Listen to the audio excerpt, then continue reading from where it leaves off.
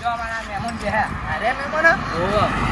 મંડી ક્યાં હોય આપણને સારું ના કરી છે ઓ મહેમાન તો અહીંયા ચૌ હવા ગઈ આવો આવો અને આ કોણ હે? આ ભાઈબંધ છે મારું ભાઈબંધ સાથે છે માં એક વાત કરવાની હતી એમાં તમને